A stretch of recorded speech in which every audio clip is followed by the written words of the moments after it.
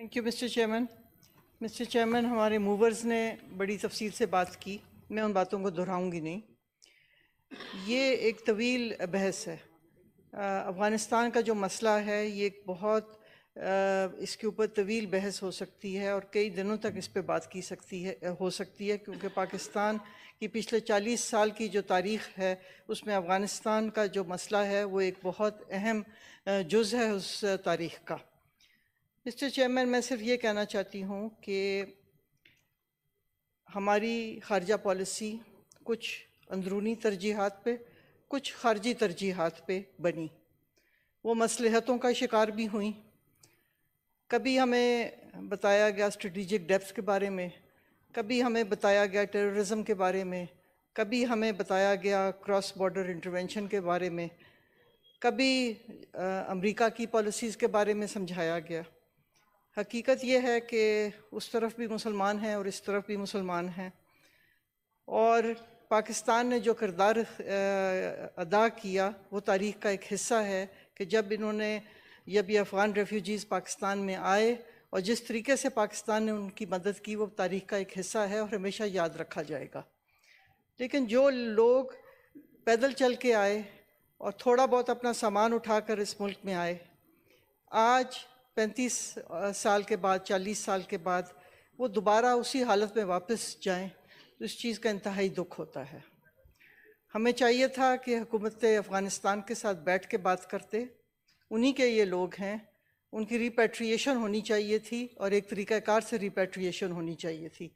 یہ نہیں کہ بارڈر کے اوپر ان کی بھینسیں بھی چھینی جائیں اور ان کی چارپائیوں کو بھی چھینا جائے اور ان سے پیسے بھی وصول کیے جائیں، اور بھی بہت غلط کام ہوئے ہیں جو ابھی اس وقت تو میں اس تفصیل میں نہیں جانا چاہتی کیونکہ وقت تھوڑا ہے، لیکن جو کچھ ہوا وہ اچھا نہیں ہوا۔ ہم کو چاہیے تھا کہ افغانستان کے ساتھ ہم ایسے تعلقات بناتے کہ agriculture, construction, trade, education, medicine, research and development اور ٹورزم میں ہم مل کے کام کرتے۔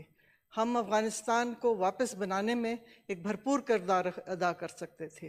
ہم ان کی معیشت کو دوبارہ کھڑا کرنے میں پاکستان ایک بھرپور کردار ادا کر سکتا تھا، اور وہ جو اپرچونٹی تھی ہم کو اس اپرچونٹی کو ایکسپلائٹ کرنا چاہیے تھا، نہ کہ گالی گلوچ کے ذریعے ہم ان کو برا بھلا کہیں اور وہ ادھر سے ہم کو برا بھلا کہیں۔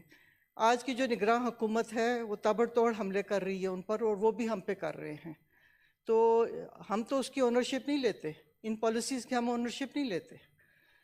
اونرشپ وہ ہوگی جو ایک جمہوری حکومت فیصلہ کرے گی اور اس کے مطابق ہوگی، لیکن یہ انتہائی افسوسناک ہے یہ جو طریقہ کار اپنایا گیا۔ پچھلے اتوار کو میں لاہور جا رہی تھی اور موٹر وے کے دوسری طرف لاہور سے جتنی ٹریفک تھی وہ سب افغان مہاجرین کی تھی، جو ان کو ریفیوجیز کہہ لیں، ان کو اللیگل ایلینز کہہ لیں، ان کو کچھ اور کہہ دیں، اس سے کیا فرق پڑتا ہے؟ وہ انسان تھے، اور انہوں نے ان کے ٹرک تھے، ان کی بسیں تھیں، ان کی چھوٹی گاڑیاں تھیں، عورتیں، بچے، اور سارا موٹر وے جو دوسری طرف تھی موٹر وے کی وہ بھری ہوئی تھی۔ ان سب کو دیکھ کے انتہائی دکھ ہوا کہ کس حالت میں یہ لوگ واپس جائیں گے اور دوبارہ اپنی زندگی کا آغاز کریں گے۔